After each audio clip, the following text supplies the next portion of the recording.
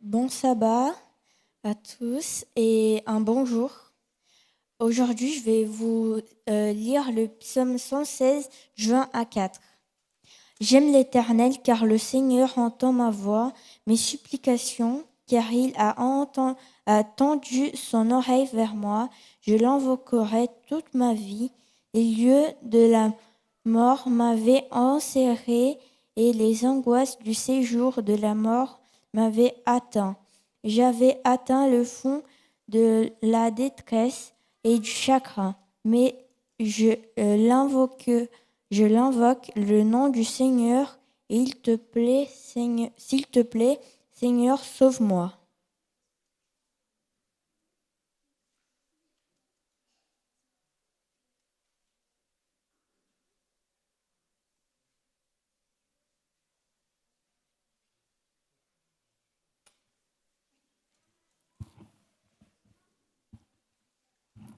La parole est tranchante.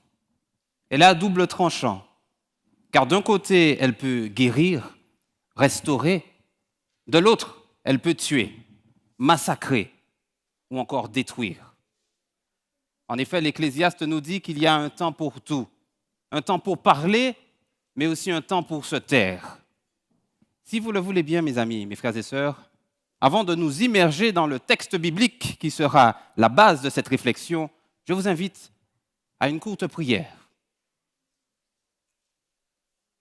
Dieu créateur du ciel et de la terre,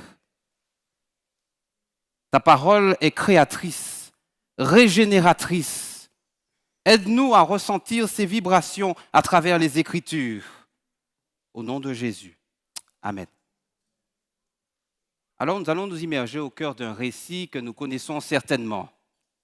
L'évangile de Marc a été sélectionné, puisque selon toute vraisemblance, celui-ci est le plus ancien. Et la spécificité de ce récit, c'est que Jésus est présenté comme étant à la fois proche, mais aussi insaisissable. Il y a beaucoup de participes, c'est un récit dynamique. Et je vais vous lire quelques versets qui nous plongent au cœur du récit qui nous intéresse aujourd'hui. Le chapitre 4 de l'évangile de Marc, nous lisons le verset 35 et suivant. Le soir de ce même jour, il leur dit, « Passons sur l'autre rive. » Après avoir renvoyé la foule, il emmène, comme il était, dans le bateau. Il y avait aussi d'autres bateaux avec lui. Survint une forte bourrasque. Les vagues se jetaient dans le bateau. Déjà, il se remplissait. Et lui, qu'est-ce qu'il faisait? Il dormait à la poupe sur le coussin. Nous allons nous arrêter là quelques instants. Et avant de revenir et commenter les versets qui ont été énoncés, il faut savoir que dans le monde gréco-romain, il y avait une sensibilité pour la navigation qui était fréquente. Et dans les récits de l'Antiquité, notamment l'épopée et homérique, les dieux et les divinités du Panthéon étaient souvent à l'œuvre. Zeus était capable, par exemple, de susciter une tempête, mais aussi de l'apaiser. Mais là, il n'est pas question de Zeus ni d'un quelconque autre dieu, mais de Jésus lui-même. Nous ne sommes pas en train d'insinuer que l'auteur ait été influencé par cette littérature, mais vous êtes d'accord pour dire que celui qui reçoit ce texte à l'époque n'est pas dépaysé lorsqu'il lit ce récit, car celui-ci a été rédigé dans une perspective croyante, afin de présenter Jésus à la lumière de ses actions. Et mettons de côté la littérature grecque. Et si je vous parle d'un récit de l'Ancien Testament qui se rapproche des versets qui ont été énoncés, vous pensez à quel personnage tout de suite dans l'Ancien Testament? Bateau, tempête, vague, vent. Vous pensez à qui automatiquement? Je vois des sourires déjà dans la salle. Dans l'Ancien Testament, les enfants, je suis sûr, ils savent. J'ai entendu Jonas, effectivement. On peut juste, si vous le voulez, puisque rappelez-vous que le texte est le fondement même de la méditation, car c'est de celui-ci qu'émane toute la puissance de la parole de Dieu. Par exemple, le livre de Jonas, regardez au verset 4, nous connaissons cette histoire où il avait été mandaté d'aller annoncer un message, mais il va fuir. Le verset 4 nous dit, mais le Seigneur lança un grand vent sur la mer et il s'éleva sur la mer une grande tempête. Là, c'est le Seigneur, vous voyez, selon le texte en tout cas, qui suscite le vent. Et le bateau menaçait de se briser. Sauf que dans le récit qui nous intéresse aujourd'hui, dans le chapitre 4 de l'évangile de Marc, on voit que la construction et la structure du récit est plutôt différente. Jésus, il dort en effet, il dort à point fermé. Et pourtant, regardez la manière dont le texte est structuré ici. Un vent violent s'abat, les vagues se jettent dans le bateau, il se remplit. Je vous pose une question, mes amis, mes frères et sœurs. Jésus, il est couché, nous sommes d'accord? Les vagues sont en train de remplir la barque. Comment se fait-il qu'il ne se réveille pas? Essayons de nous immerger dans le récit. OK? Les disciples sont affolés. Jésus, il est couché, allongé sur un coussin de surcroît. Nous y reviendrons dans quelques instants. L'eau est en train de remplir. Donc Jésus, il est comment? Il est sous l'eau alors, c'est ça? Je vous pose une question. Ce qui est fascinant d'ailleurs, c'est que le mot remplir est utilisé 2 fois dans l'évangile de Marc. D'où l'importance de privilégier la singularité de l'auteur pour percevoir le message. La deuxième fois où Marc va utiliser le mot remplir en grec, c'est lorsque Jésus est à la croix et que quelqu'un va utiliser l'éponge, va la remplir de vinaigre pour lui donner avant qu'il n'expire. Se pourrait-il qu'il y ait ici une anticipation du maître qui laisse ses disciples dans le désarroi? Jésus est considéré comme absent. Il semble mort dans l'histoire. Il est présent ou pas? Je vous pose la question, mes amis, mes frères et sœurs.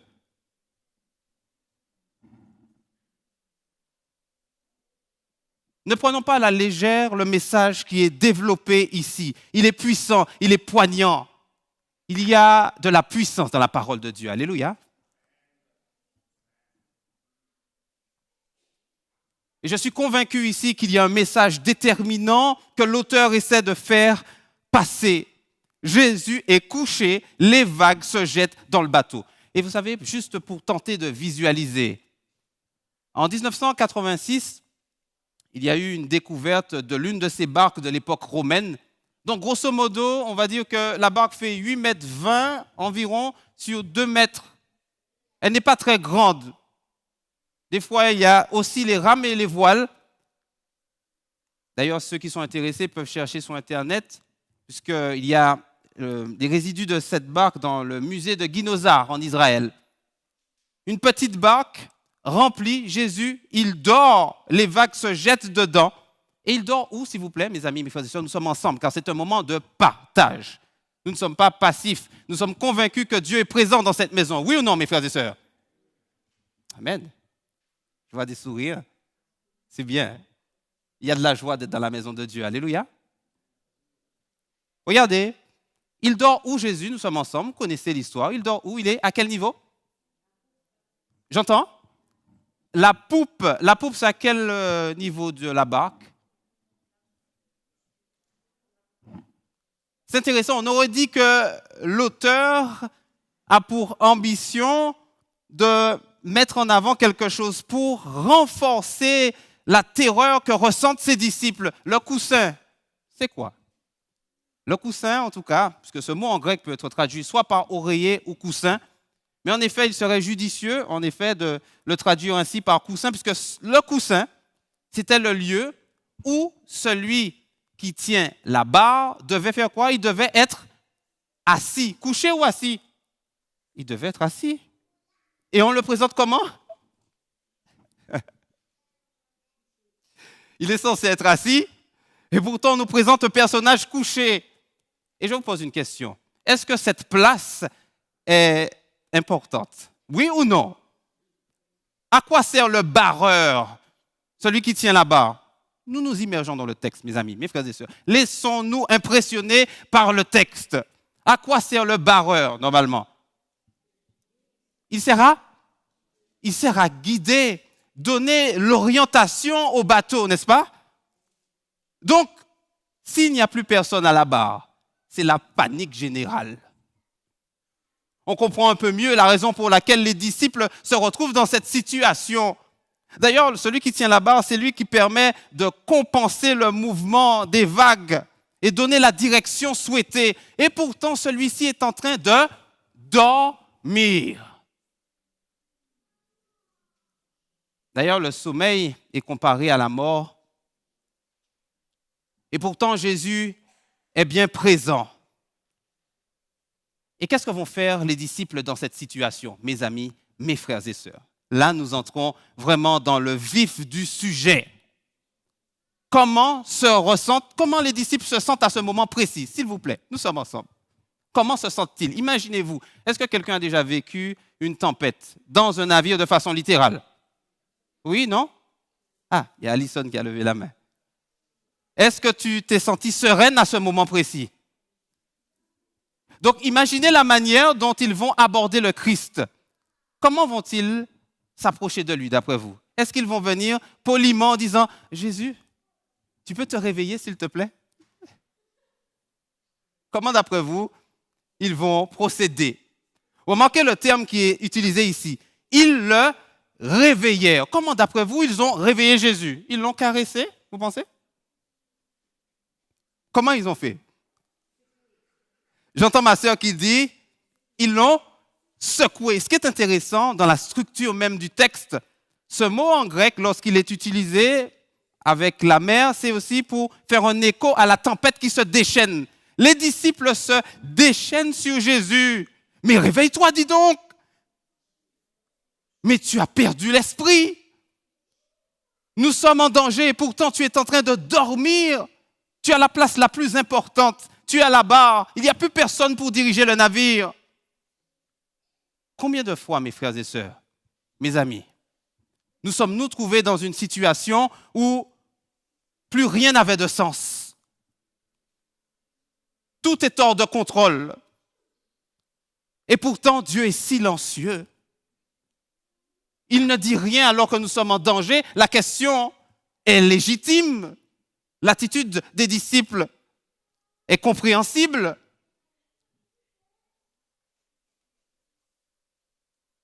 Ils vont secouer le maître. Ils vont se déchaîner sur lui, le réveiller. Imaginez ces personnes qui même sont en train de donner quelques claques à Jésus pour le réveiller de son profond sommeil. Et lorsqu'il se réveille, analysons ce qu'ils vont dire au maître. C'est relativement paradoxal puisqu'il l'appelle maître, didaskalos, l'enseignant. Mais pourtant, ils vont employer leurs paroles pour le raisonner. Voyez un petit peu la manière dont le récit est structuré, c'est magnifique. Ils vont dire à l'unisson, maître, nous sommes quoi? J'entends les mots dans la salle. C'est bien lorsque nous sommes ensemble, nous vivons, nous laissons la parole de Dieu nous réchauffer. Amen. Maître, nous sommes perdus. Et tu ne quoi?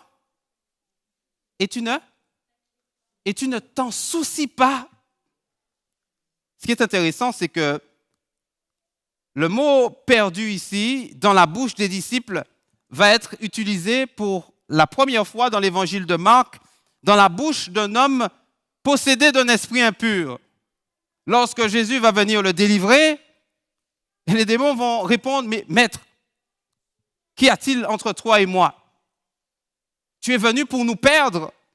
Les disciples sont remplis d'une vision pessimiste de l'avenir.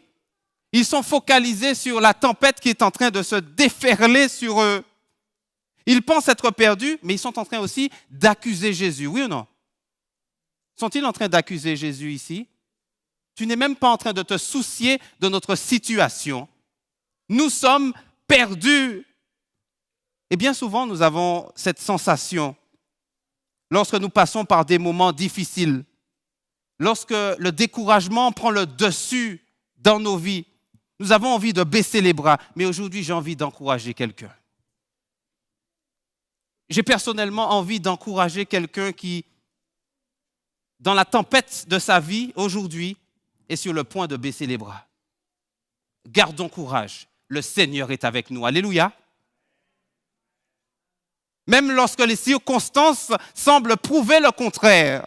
Remarquez qu'ils disent, nous sommes perdus. Tel l'homme possédé de l'esprit impur qui dit, tu es venu pour nous perdre. Regardez la négativité dans laquelle se situent ses disciples.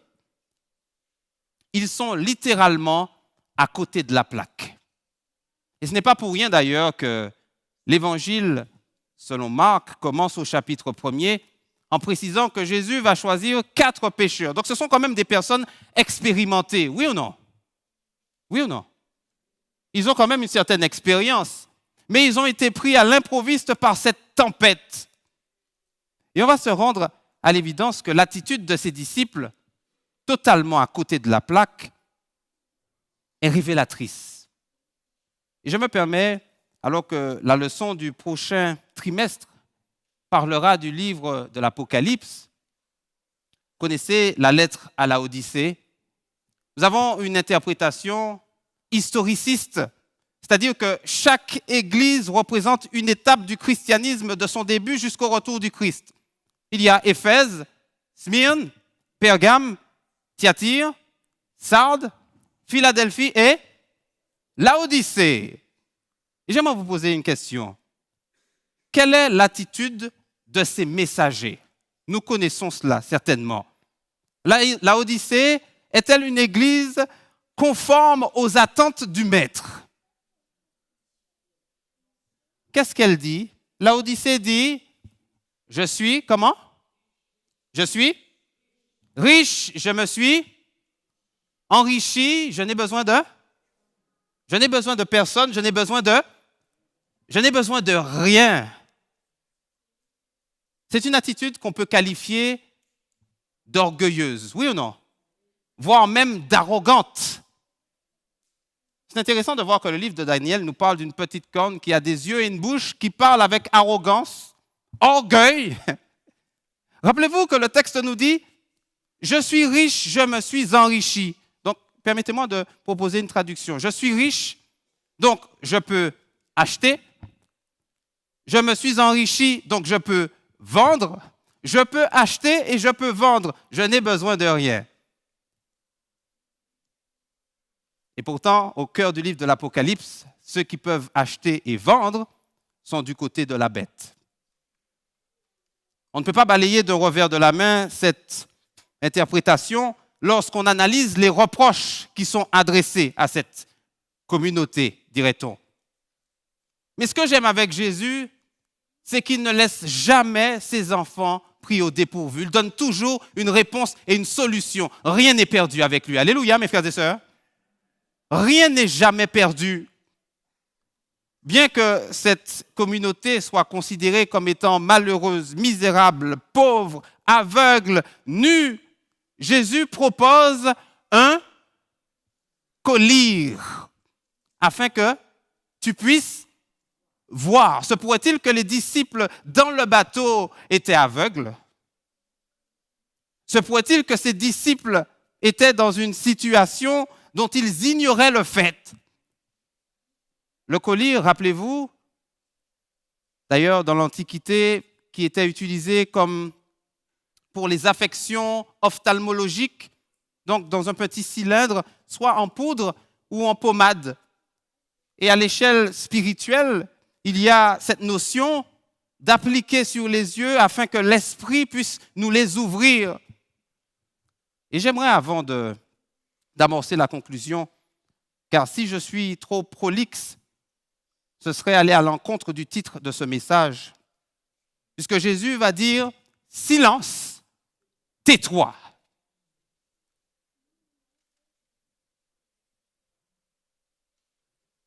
Rappelez-vous que les disciples vont le réveiller.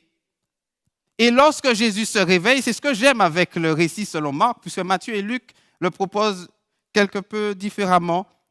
Il ne va pas s'adresser dans ce récit directement aux disciples, à qui Jésus s'adresse lorsqu'il se réveille. C'est très intéressant. Regardez, c'est magnifique. Jésus se réveille et qu'est-ce qu'il va faire? Il va rabrouer le vent et il va dire à la mer, silence, tais-toi. Je vois ma sœur qui sourit. Jésus s'adresse directement au vent, mais ne s'adresse pas aux disciples à première vue. Et j'aimerais vous poser une question. Lorsque Jésus, si on s'immerge dans le récit, est réveillé, comment on appelle ce type de réveil-là, lorsqu'on secoue quelqu'un et qu'il ouvre les yeux? Comment on appelle ce type de réveil-là? C'est un réveil, oui, bien. C'est un réveil brutal, n'est-ce pas? Qui est-ce qui aime qu'on le réveille en sursaut? Ou est-ce que c'est déjà arrivé à quelqu'un? Pourquoi je pose la question? Quelle est notre attitude lorsque nous sommes réveillés en sursaut, s'il vous plaît? Vous vous réveillez avec le sourire? Oui, vous voulez? On s'énerve, n'est-ce pas? D'ailleurs, les disciples sont en colère, comme le dragon. Ils ont besoin d'une réponse tout de suite. Mais Jésus, il est d'un calme impassible. Il est réveillé en sursaut et pourtant, il ne s'adresse même pas directement aux disciples, mais il est en train de museler le vent et les éléments qui se déchaînent. Et la manière dont il parle nous renvoie encore une fois au chapitre 1er de l'évangile de Marc. Lorsqu'il va délivrer cet homme possédé d'un esprit impur. Silence, tais-toi. Il rabroue le vent de la même manière. On voit ici un exorcisme, comme si Jésus, en parlant au vent, parlait au tourment intérieur de ses disciples. En effet, Jésus désire apaiser les tourments de nos cœurs. Et Dieu seul sait combien il y en a. Je suis sûr que dans la salle, beaucoup de personnes souffrent. Et parfois, elles ont le sourire. Ça ne se voit pas sur le visage. Mais malgré les souffrances que nous pouvons éprouver, le Seigneur a une solution pour chacun. Alléluia, mes frères et sœurs. Il faut y croire. Mais c'est facile à dire, pas vrai? Parce que lorsque nous sommes confrontés à la perte d'un être cher, nous l'avons entendu lors des annonces ce matin, lorsque nous perdons notre travail, notre maison, lorsque nous sommes face à une situation qui n'a pas de réponse et que le silence de Dieu s'impose, c'est difficile à accepter, oui ou non, mes frères et sœurs? Et pourtant, le silence demandé par Jésus est également valable pour les disciples qui étaient prompts à parler, prompts à interpréter les situations de façon négative. Oui, malgré tout ce qui se passe dans ce monde, j'ose espérer que le meilleur est à venir. Nous sommes des porteurs d'espérance. Mais parfois, notre interprétation des temps de la fin renvoie plus au désespoir. Analysons un petit peu nos paroles. Il y aura la persécution, nous allons être troublés, nous sommes omnubilés. On parle de la mer dans ce récit. Il y a une bête d'ailleurs dans l'Apocalypse qui monte de la mer, tiens, c'est très intéressant, qui parle également. Nous sommes plus omnubilés par les actions de la bête que de la puissance du Christ à pouvoir la museler. Mes amis, mes frères et sœurs, n'oubliez pas que le Fils de l'homme est venu non pour perdre, mais pour sauver. Je le répète, le Fils de l'homme est venu non pour perdre, mais pour sauver. C'est un message de guérison que nous annonçons, pas un message de terreur. Parce que la bête, elle aime faire peur. Et dans l'Apocalypse, il y a une phrase qui est énoncée. Qui peut combattre contre la bête? Qui est semblable à elle? Il y a une situation de capitulation, aliénée par la peur. Jésus est venu nous délivrer de nos peurs. Vous n'avez pas à avoir peur de la bête. Le Tout-Puissant est avec nous. Alléluia.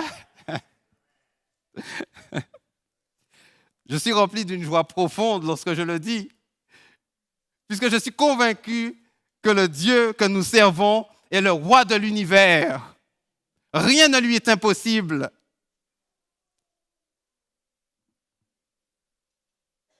Alors que j'appelle Bjarne, puisque nous sommes arrivés au moment d'amorcer la conclusion. Comme je vous l'ai dit en amont, je ne vais pas multiplier les paroles, car le thème principal est le silence. Le silence nous permet d'entrer en nous-mêmes, de reconnaître nos lacunes, nos faiblesses. Le silence est régénérateur. D'ailleurs, ce n'est pas anodin si la petite corne a des yeux et une bouche, mais l'auteur ne mentionne pas qu'il a des oreilles. D'ailleurs, la conclusion de chaque lettre que nous connaissons, que celui qui a des oreilles, comment? Entende, quoi? Ce que l'Esprit dit aux églises.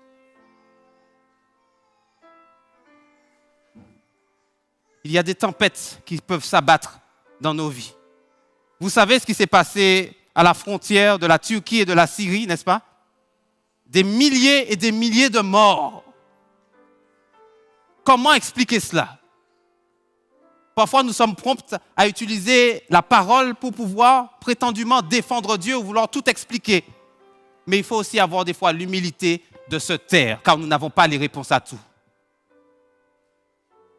Comme nous dit le livre de Job, chapitre 13, lorsqu'il parlait à ses amis, « Si vous vous étiez tus, vous seriez passés pour être sages. » Nous n'avons pas des réponses tout de suite, des fois dans des situations qui semblent absurdes dans nos vies. Et le silence est le seul moyen de laisser Dieu nous parler, nous régénérer et d'accompagner ceux qui en ont besoin.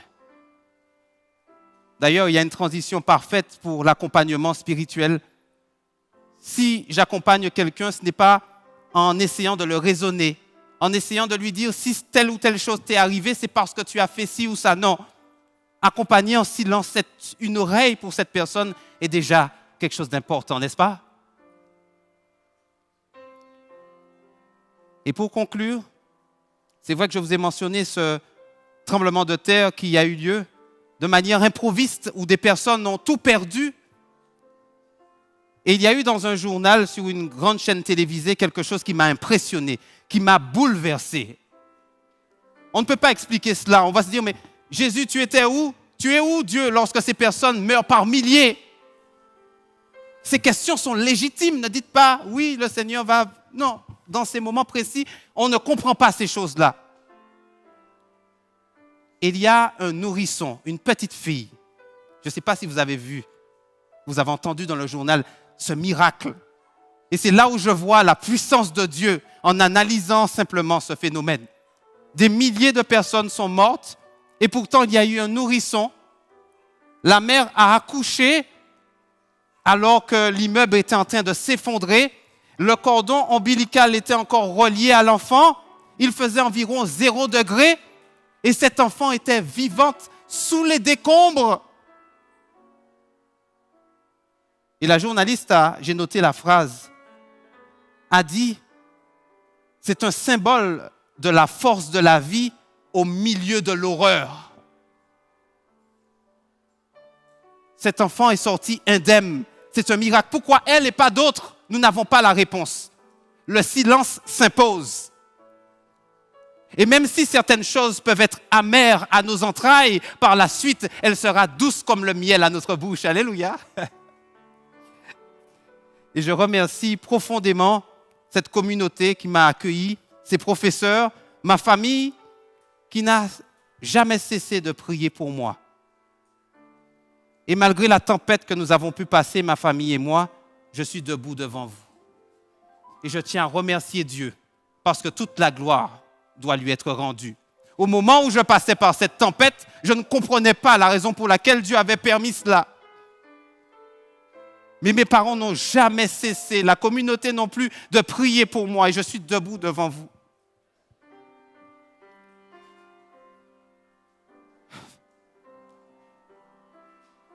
Il y a de la puissance dans le nom du Seigneur, pas vrai? Et même si nous ne comprenons pas certaines situations à certains moments, Dieu a un plan et rien ni personne ne peut empêcher ce plan de s'accomplir dans vos vies. Alléluia!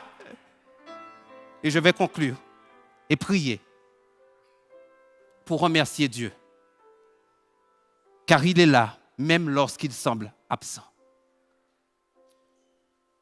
Dieu éternel, nous te remercions parce qu'au cœur de l'épreuve, quand nos mots sont insuffisants pour exprimer notre peine et notre désarroi, tu nous rappelles que tu es capable de museler toutes les peurs qui nous aliènent, qui nous empêchent de percevoir l'avenir de manière positive. Que ton esprit repose sur nous, sur notre assemblée, et que le nom de Jésus soit exalté, que son message soit entendu et prêché avec puissance. Amen. Que Dieu vous bénisse, mes frères et sœurs.